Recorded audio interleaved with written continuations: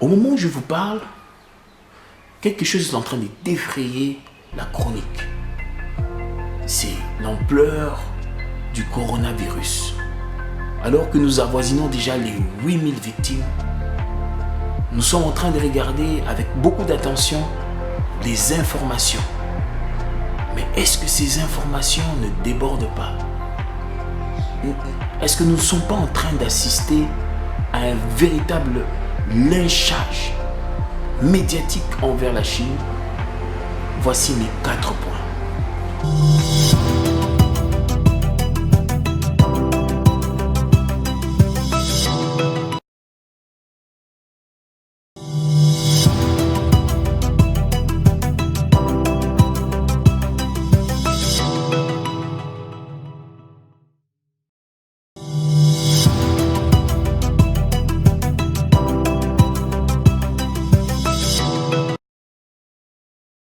Bienvenue à tous sur Business pour tous. Encore très heureux de savoir que vous êtes nombreux sur Facebook en train de nous écrire, en train de nous encourager, en train de nous mettre des likes, des mentions j'aime. Nous vous remercions abondamment pour votre dévotion. Alors, dans cette vidéo, nous voulons traiter d'un thème qui a trait à l'actualité. Parce qu'au moment où nous sommes en train de vous parler, et nous suivons les informations, il y a le nouveau coronavirus, puisque on le qualifie de nouveau coronavirus, qui est une maladie. Quel est le trait entre cette maladie et les business? Ce sont les 4 points que vous allez découvrir. Parce que tout simplement, nous nous rendons compte qu'à force de suivre les informations et aussi d'observer tout ce qui s'est fait dans les réseaux sociaux, nous sommes en train d'assister à un véritable acharnement envers la Chine. C'est pourquoi nous voulons vous expliquer l'importance de la Chine, mais aussi vous faire comprendre, vous pousser à vous poser des questions qui sont en fait derrière ce que nous qualifions de lynchage médiatique de trop envers la Chine. Voici nos 4 points. Le premier point, c'est que tout simplement le nouveau coronavirus, comme vous le savez, nous allons mettre une petite séquence juste à la fin et vous orienter dans une des vidéos que nous avons pu trouver plus explicative de toutes les notions scientifiques que nous devons comprendre. Parce que le grand problème, n'est pas qu'on soit victime d'une désinformation, mais que l'on soit informé de tout ce qui se passe, que l'on soit vigilant, puisque c'est une maladie. Nous ne sommes pas ici en train de minimiser quelque chose qui est nouveau, qui est nocif et qui peut encore davantage amener les gens à mourir, ça veut dire faire encore plus de victimes. Mais tout ce que nous voulons faire comprendre, c'est que nous avons l'impression qu'il y a une certaine exagération. Dans le premier point, nous voulons faire comprendre aux gens, c'est que quoique le coronavirus ait atteint, au moment où je vous parle, 8000, peut-être plus que ça, beaucoup de scientifiques, beaucoup de médecins, et nous le suivons, nous font comprendre que par rapport au SRAS, puisque le coronavirus, ce n'est pas qu'un seul virus, c'est toute une famille de virus, et nous le savons que l'un des cousins du nouveau virus que nous avons en ce moment, c'est le SRAS, qui a eu à faire 700 victimes. Mais on constate tout simplement qu'entre ce nouveau virus et l'ancien, on constate que le taux de mortalité, il est faible. Et qui dit qu'il est faible, ça veut dire que, quoique la contagion est très forte, ce n'est pas nécessairement une maladie qui tue comme on en connaît d'autres. Vous savez, nous qui sommes africains, on connaît la fièvre Ebola, on connaît toutes ces autres maladies. On connaît même des maladies que nous sous-estimons, puisque nous disons que nous avons les remèdes, puisque le problème avec le coronavirus, c'est qu'il n'y a pas de remède. Mais que dire des maladies dont on a les remèdes, mais qui tuent chaque année plus de victimes, telles que le paludisme, telles que la rougeole, telles que d'autres maladies qui ne sont pas du tout médiatisées, mais qui tuent abondamment. Et nous savons tout simplement que au-delà de tout ce qui s'explique, c'est une grippe. C'est une forme de grippe. Et une grippe, c'est contagieux. Qu'on le veuille ou non, ceux qui vivent dans des environnements où il fait extrêmement froid le savent que les grippes, elles se transmettent par toutes les voies qu'on parle, les éternuements, les respirations.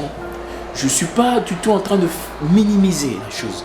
Mais ce que je veux faire comprendre, c'est que donnez-nous les bonnes informations et nous refusons que vous en ajoutez. Nous croyons et nous sommes convaincus que c'est une maladie dangereuse, mais nous ne sommes pas encore au niveau d'une urgence mondiale. Et ça, l'OMS l'a compris. Ce n'est pas encore une urgence internationale.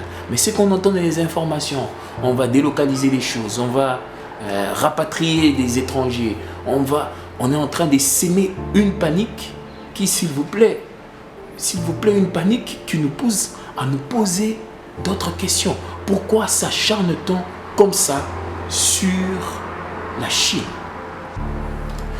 Deuxième point, pour moi, je suis convaincu qu'il y a derrière cela un certain racisme. Excusez-moi de le dire, mais il y a une jalousie. Une jalousie face à l'émergence de la Chine et ce que la Chine représente économiquement pour le monde. Mon deuxième point, c'est tout simplement le fait que qualifier un virus de virus chinois, pour moi, c'est de la stigmatisation. C'est stigmatiser une race, c'est stigmatiser des êtres humains comme nous. Et nous qui sommes africains, on en connaît des choses sur ce genre de discrimination que nous condamnons fermement en tant qu'entrepreneurs, en tant que ceux qui encouragent l'activité économique et surtout l'apport de la Chine, puisque je vais les développer dans les points qui arrivent. Nous constatons tout simplement qu'en qualifiant du virus un virus chinois, et j'ai vu dans les réseaux sociaux des images, des vidéos qui franchement, j'ai trouvé que c'était de l'exagération et un acharnement, un coup monté, un complot. Je m'excuse de le dire, mais franchement, pour moi, c'est quelque chose, c'est à la limite, c'est choquant de voir qu'on puisse amener une telle situation à alarmer les gens sur une telle situation de cette manière. Je ne trouve pas que c'est tout à fait constructif. Comme je l'ai répété, donnez-nous les bonnes informations qu'on le reçoive. Mon troisième point, c'est que tout simplement, la Chine, c'est 23 000 milliards de PIB. Si je me trompe, vous pouvez me corriger. Mais ce qui est étonnant, c'est que c'est l'ascension de la Chine. Et nous le savons qu'avec une telle situation, tous ceux qui sont des concurrents de la Chine ne vont faire que profiter de la situation. Puisque on sait que la Chine, c'est le tout premier créancier de la plus grande puissance mondiale en termes militaires et en termes d'influence. C'est les États-Unis.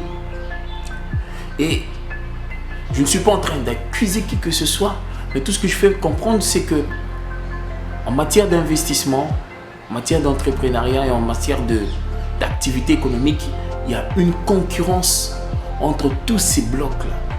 Et face à une telle situation, les concurrents ne peuvent qu'en profiter.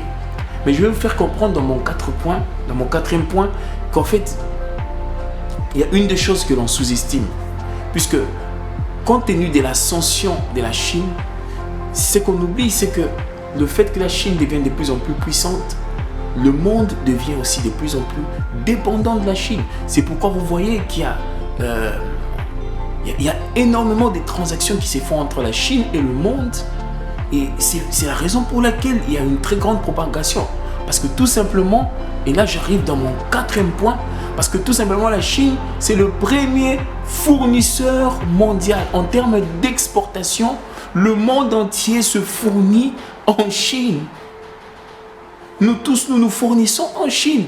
C'est la raison pour laquelle le monde est devenu actuellement dépendant de la Chine. Je sais, Vous pouvez contester cela, mais ce sont des chiffres qui les disent. Vous pouvez aller les vérifier, vous pouvez vérifier cela sur Google, sur toutes les sources. Vous allez vous rendre compte que les producteurs des ordinateurs, des fournitures, des vêtements, toutes ces choses, les gens vont se procurer en Chine. Et toi, Africain qui me regarde, je ne sais pas, mais la plupart d'entre nous, on a laissé les constructions de nos aéroports à la Chine, les constructions de nos routes à la Chine, des constructions des stades à la Chine, l'immobilier, les infrastructures, toutes ces choses, on les a laissées à la Chine. C'est que nous devenons de plus en plus dépendants de la Chine. Et la Chine a bossé pour arriver à ce niveau-là. Ce sont des bosseurs, ce sont des travailleurs. Ce n'est pas un classement mondial qui se sont fabriqués. C'est tout simplement les résultats du travail, les résultats d'une vision, parce qu'ils se sont fixés comme objectif et ils ont travaillé durement pour y arriver. Et comme je l'ai dit, la Chine, c'est un fournisseur mondial, c'est aussi un fournisseur pour nous. Et comme je l'ai dit, la Chine, c'est le fournisseur, le premier fournisseur, le premier exportateur mondial. Cela veut dire pour nous les businessmen, pour nous les entrepreneurs, en fait, on ne tire pas avantage de cette situation. Le fait que les médias s'en prennent à la Chine, ce n'est pas bénéfique pour nous. Parce qu'on risque de rentrer à nos anciens exportateurs, à nos anciens fournisseurs. Nous connaissons ce qui s'est passé dans l'histoire et nous connaissons comment nous traitons durement avec ce bloc-là qui souvent, dans les deals ne sont pas des deals gagnant-gagnant. Souvent avec la Chine, on se retrouve avec des gens qui nous construisent des ponts, des gens qui nous construisent des routes, qui nous aident dans la construction de nos infrastructures. Alors nous n'avons pas intérêt à tomber dans les jeux de ceux qui attaquent la Chine comme ça, par un acharnement, qui attaquent la Chine avec une intention d'une concurrence sauvage. Nous devons voir les choses avec toute la lucidité, avec toute l'objectivité, mettre chaque chose à sa place. Tout ce que nous demandons aux médias, c'est de nous fournir de l'information la plus scientifique possible, des explications, mais de ne pas baigner le monde dans une panique qui n'a pas du tout d'importance et une panique, on ne sait pas d'où elle va nous mener. Parce que si la Chine coule, nous allons tous couler avec elle. Alors, merci à tous. Nous vous encourageons à suivre nos vidéos et à partager abondamment.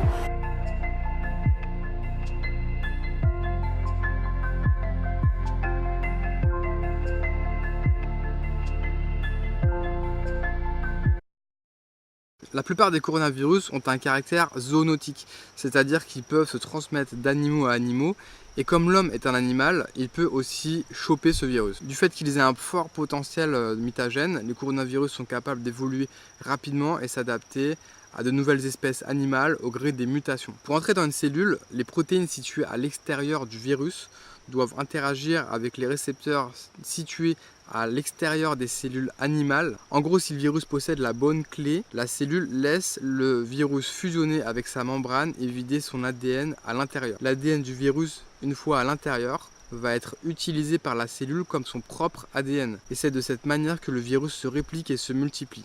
En fait, il détourne toute la machinerie de la cellule à son propre avantage pour se répliquer et pour se multiplier. Entre les mammifères, les cellules se ressemblent beaucoup, donc s'il y a un virus qui possède une clé qui fonctionne chez un animal, sa clé peut aussi fonctionner chez un autre animal. Si le virus ne possède pas la bonne clé, à force d'être en contact prolongé avec des animaux contaminés et assez proches génétiquement de l'homme, le virus peut s'adapter à l'homme en mutant jusqu'à posséder la bonne clé. En général, il y a une espèce animale qu'on appelle l'espèce réservoir qui est contaminée par le virus de façon permanente, mais elle est asymptomatique. Alors la plupart du temps, ce sont les chauves-souris asymptomatiques. Elles sont porteuses du virus, mais pas malades. Donc, comme l'homme a peu de contact avec les chauves-souris, il a peu de chances d'attraper directement le virus avec ces animaux. C'est là où ce qu'on appelle un hôte intermédiaire intervient. En gros, c'est un animal qui peut avoir un contact avec la chauve-souris, mais aussi l'homme. L'hôte intermédiaire va choper le virus de la chauve-souris, l'héberger, et s'il mute suffisamment, l'homme peut ensuite l'attraper via un contact rapproché et prolongé, avec par exemple la consommation de viande ou un contact respiratoire avec les animaux contaminés. Dans l'exemple du SRAS, le virus était porté par la chauve-souris, donc c'était l'animal réservoir. Ensuite, la civette palmiste, qui est un petit carnivore consommé en Chine, c'est l'animal intermédiaire. Puis ensuite, l'homme a été contaminé. Dans le cas d'une MERS, une fois de plus, c'était la chauve-souris, puis le dromadaire. Dans le cas du nouveau virus chinois, on ne sait pas vraiment quel est l'animal qui est à l'origine, mais on soupçonne fortement la chauve-souris ou alors un serpent. C'est des animaux qui étaient vendus et consommés en fait dans le marché de Wuhan. Vous comprenez maintenant pourquoi ce genre de virus apparaît souvent dans les marchés où l'on vend les animaux vivants. J'espère qu'avec cette vidéo, vous en savez un petit peu plus sur tous les mécanismes biologiques qu'il y a derrière. Sur les risques, je pense que, voilà, comme je vous ai dit, il ne faut vraiment pas être parano, il ne faut pas s'affoler non plus, mais il faut juste être prévoyant, tu vois. Si tu sens qu'il y a un risque autour de toi, bah, prends les mesures, lave-toi les mains, évite de toucher les barres de métro, puis mets un masque, évite de serrer la main, de faire la bise. C'est simple en fait. Si tout le monde faisait ça, tu vois, le virus il serait stoppé trop rapidement.